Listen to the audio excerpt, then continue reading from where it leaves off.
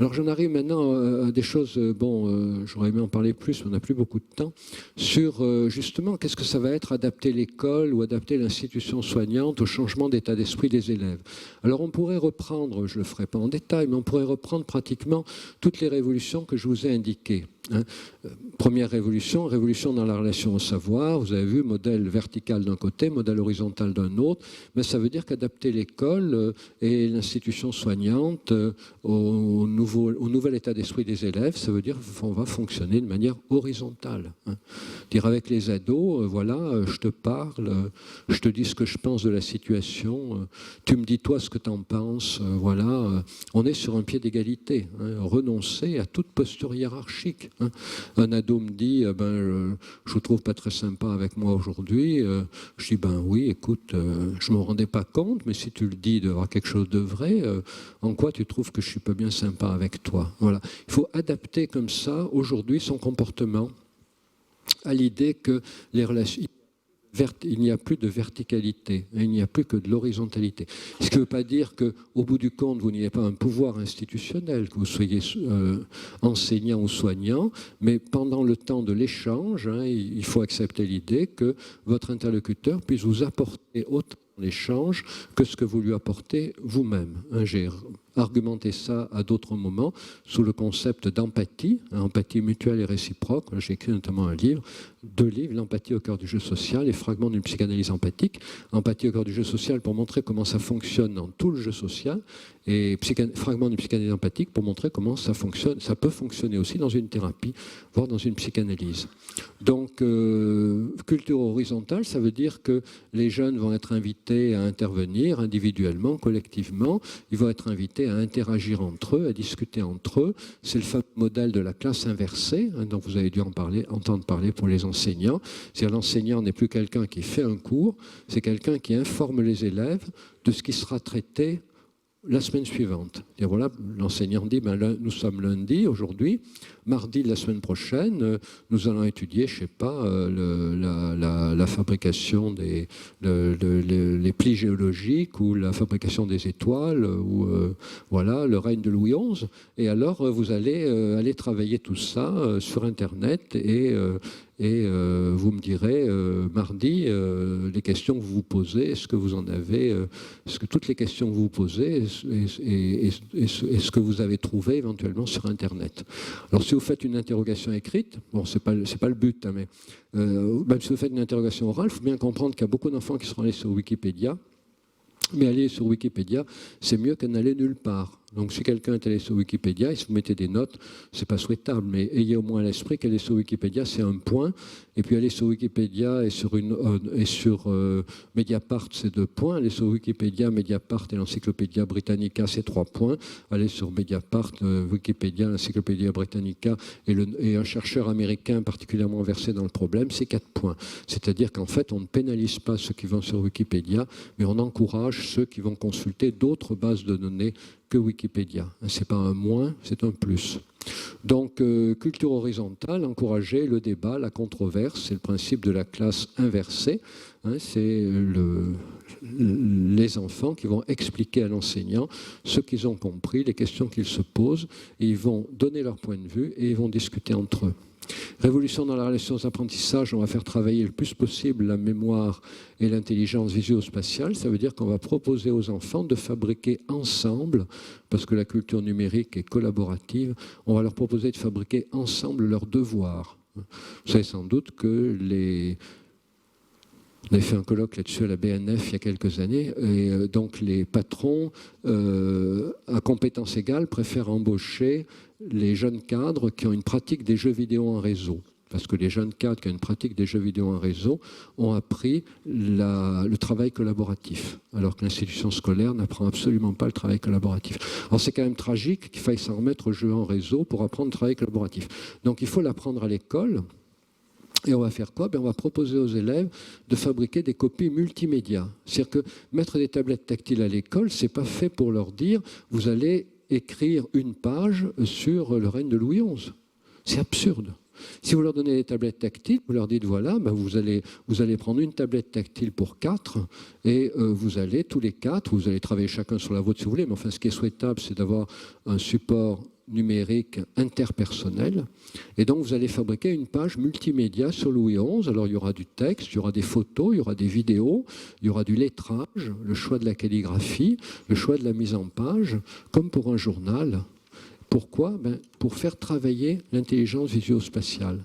C'est scandaleux que des enseignants continuent à ronéoter, parce que c'est polycopié, mais ronéoter des trucs qu'on leur a donnés quand ils étaient eux-mêmes enseignants au cours de leurs études, des trucs qu'on colle, comme je vous disais tout à l'heure, c'est ignoble. Voilà. Il faut inviter les enfants à fabriquer du multimédia, c'est-à-dire des supports qui intègrent toutes les capacités de chacun. Un élève sait mieux parler, tant mieux pour son petit groupe.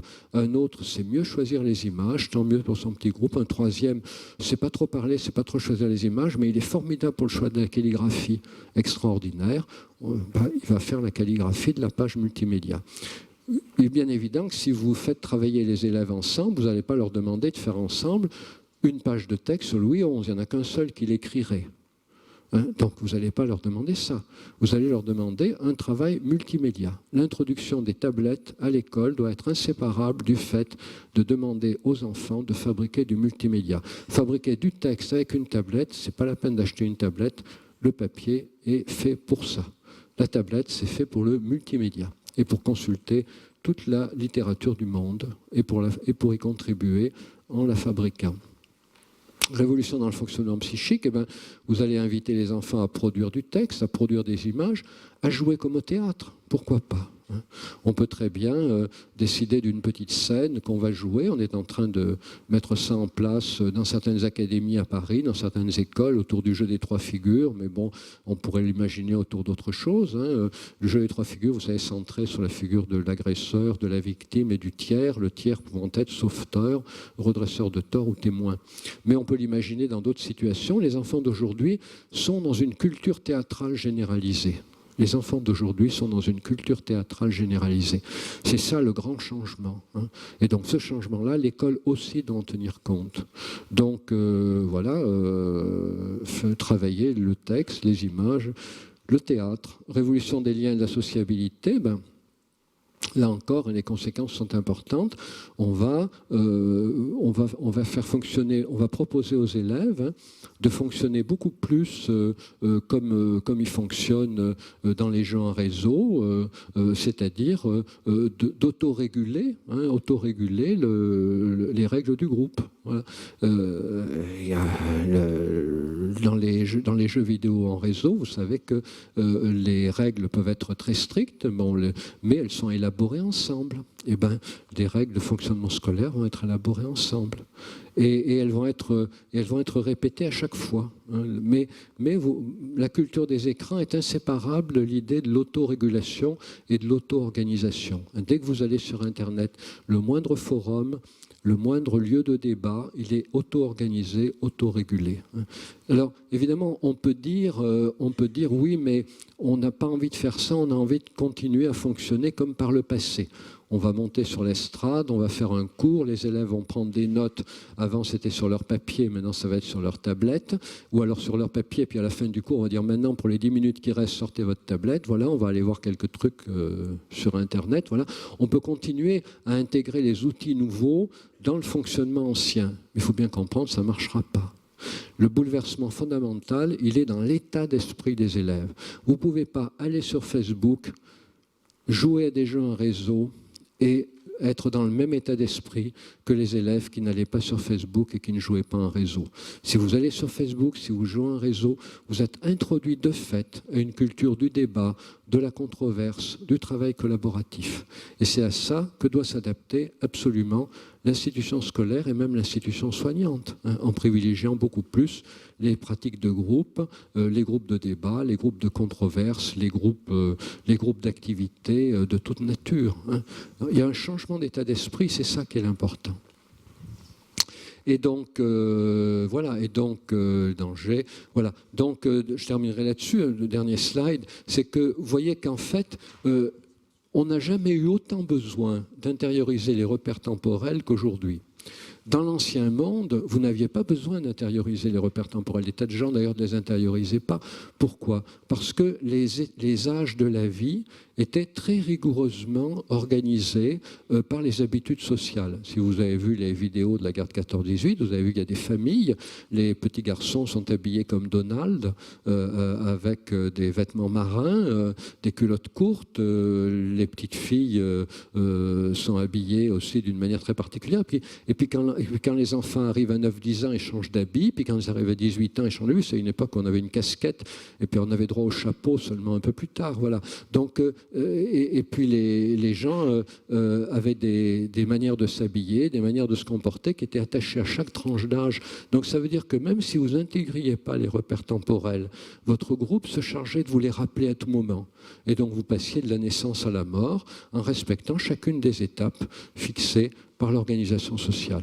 Vous savez qu'aujourd'hui, il n'y a plus d'étapes de la vie fixées par l'organisation sociale. Il n'y a plus de mode d'emploi de la vie. Le seul mode d'emploi de la vie que vous pouvez avoir, c'est de vous situer vous-même dans une temporalité. J'étais, je suis, je serai. Et vous êtes le seul à pouvoir le faire. La société ne vous dit plus qui vous êtes et qui vous serez. Aujourd'hui, à tout âge, vous pouvez vous habiller comme un adolescent. À tout âge, vous pouvez avoir recours à la chirurgie esthétique pour vous faire rajeunir. À tout âge, vous pouvez décider de garder votre métier. Il y a des gens qui ont 80 ans, qui continuent à avoir leur activité professionnelle. Ils touchent à la fois leur retraite et le salaire du métier qu'ils ont gardé. Voilà, ou ils sont auto-entrepreneurs. Donc, il y a des gens qui, même, vous savez, avec le nouveau système proposé par des grandes entreprises de télécommunications, l'idée qu'on va faire des écoles de très haut niveau qui ne délivrent pas de diplôme. C'est formidable quand même. Des gens qui font des écoles qui ne délivrent pas de diplôme. Ils sont sûrs de trouver du boulot. Alors qu'il y en a des tas qui font des écoles qui délivrent des diplômes qui ne trouvent pas de boulot. Ah, quand même, ça fait réfléchir. Donc ça veut dire quoi? Mais ça veut dire que c'est ce mouvement-là qu'il faut accompagner. L'idée que l'avenir appartient à ceux qui sauront se placer dans une histoire sociale et personnelle. C'est pour ça que c'est si important de connaître l'histoire de sa famille. J'ai longtemps travaillé sur les secrets de famille, de connaître l'histoire sociale. Très important, on devrait enseigner beaucoup plus l'histoire. Heureusement, les jeux vidéo sont là, des jeux vidéo même peut-être qu'on va en création, qu'on appelle des serious games, qui vont introduire les enfants beaucoup plus à l'histoire collective qu'ils ne le sont aujourd'hui. Donc l'avenir appartient à ceux qui sauront construire leur chronologie personnelle, se percevoir comme un chaînon d'une chaîne générationnelle, mais en même temps comme un moment de leur histoire personnelle entre un avant et un après, et puis à ceux qui seront capables aussi de passer constamment de l'intelligence verbale à l'intelligence visuelle et de l'intelligence visuelle à l'intelligence verbale. Et comment on va faire pour favoriser ça à l'école, dans l'institution soignante et dans la famille? Eh bien tout simplement en invitant l'enfant constamment à raconter les images qu'il a vues. Tu as regardé la télé, tu as 3 ans et demi, tu as regardé Petit ours brun pendant 10 minutes. Qu'est-ce qu'il a fait, Petit ours brun? Un petit ours brun, il a mis une carotte au bonhomme de neige pour faire le nez. Ah, et la carotte, il l'avait trouvée où? Il l'avait trouvée dans la cuisine. Et pourquoi il était dans la cuisine? Parce que sa maman l'avait achetée au marché. Et alors après, quand il a mis la carotte pour faire le nez du bonhomme de neige, qu'est-ce qui est arrivé? Elle est tombée, la carotte. Pourquoi elle est tombée? Parce qu'il l'avait mal placée. Et si vous faites ça avec un enfant petit et après un enfant qui joue aux jeux vidéo, à quoi tu as joué comme jeu de Tomb Raider? Qu'est-ce que fait Tomb Raider dans une caverne? Qu'est-ce qu'elle fait dans la caverne Tomb Raider? Elle combat les monstres.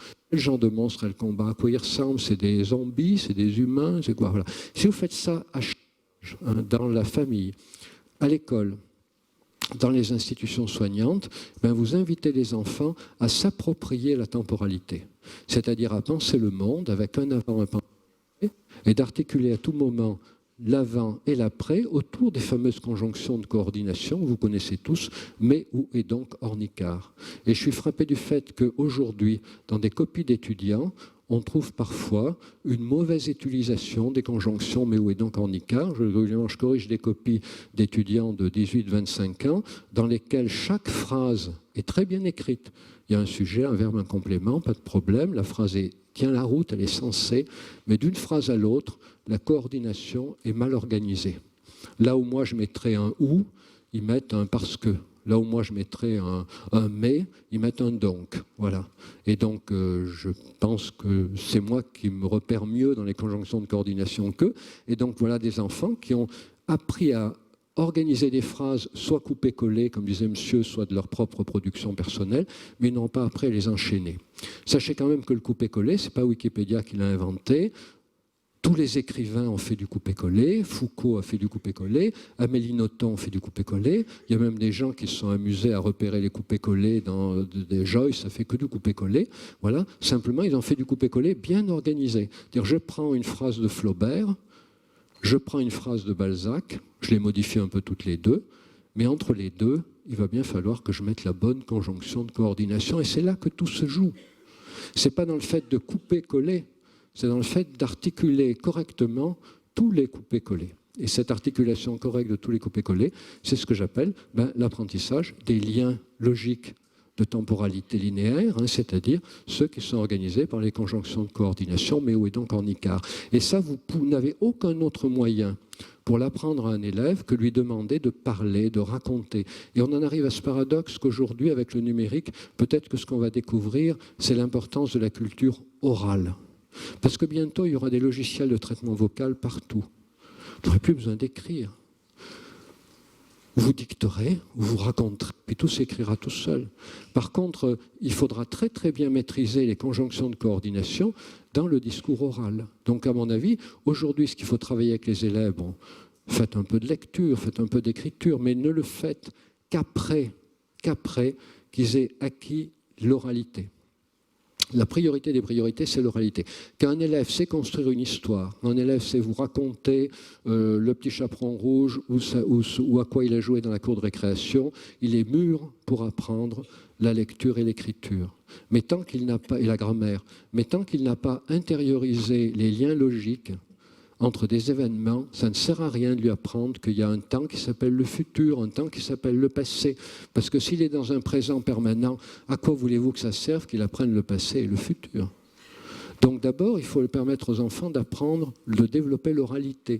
C'est l'un des buts du jeu des trois figures, c'est d'inviter les enfants à organiser des petites histoires à partir des écrans qu'ils fréquentent, et notamment des écrans de télévision. Voilà. Donc on arrive à ce paradoxe, mais qui est un paradoxe en apparence, qu'avec le numérique, eh bien, ce qui risque de devoir être valorisé, ce n'est pas l'utilisation des objets numériques. De toute façon, les mômes les ont chez eux. Ce qui risque d'être valorisé, de devoir être valorisé, c'est la culture de l'oralité en tant qu'elle permet de s'approprier les liens logiques de la langue. Et c'est seulement quand les liens logiques de la langue sont maîtrisés dans l'oralité qu'à ce moment-là, il y a une curiosité de l'enfant pour l'écriture qui va permettre de transcrire ces liens logiques. Mais si vous êtes dans un éternel présent et que vous apprenez le passé, le futur et le passé composé, le passé simple, vous allez les utiliser en dépit du bon sens et très vite vous n'allez plus les utiliser du tout et vous n'allez utiliser que le présent puisque vous êtes dans un éternel présent. Voilà. Donc vous voyez que, encore une fois, au-delà que l'enjeu du numérique, c'est très peu l'introduction des technologies numériques et c'est beaucoup l'adaptation de l'enseignement, de la vie des institutions soignantes et des familles au changement d'esprit impliqué par le numérique. Encore une fois, le débat, la controverse, le tutorat, j'en ai pas parlé. Dès que les enfants jouent à des jeux en réseau, ils se viennent en aide les uns les autres. Et comment voulez-vous qu'après, à l'école, on les mette en rivalité les uns contre les autres? Un tel à 9, un tel à 7. Mais dans un jeu en réseau, il n'y a pas 9 et il n'y a pas 7. Celui qui en sait plus explique à celui qui en sait moins. Et celui qui en sait moins va chercher celui qui en sait plus pour en savoir un peu plus. Donc comment voulez-vous que des enfants qui pratiquent le tutorat en permanence dans les jeux en réseau soient adaptés à une culture de la compétition individuelle? Non, elle est finie la culture de la compétition individuelle. Il faut encourager partout le travail collaboratif. Et vous avez avec les tablettes tactiles un merveilleux support à condition d'inviter les enfants à fabriquer des devoirs multimédia dans lesquels ils vont devoir apprendre la curiosité des compétences de l'autre, l'intérêt de compétences complémentaires aux leurs, et ainsi de suite. Devoirs multimédia par lesquels ils feront travailler à la fois leur intelligence verbale et leur intelligence visuospatiale. Voilà. Donc vous voyez que les conséquences du numérique ne sont pas, encore une fois, dans l'introduction des objets numériques, mais dans l'adaptation de nos comportements au changement d'état d'esprit induit par le numérique qui ne font que commencer.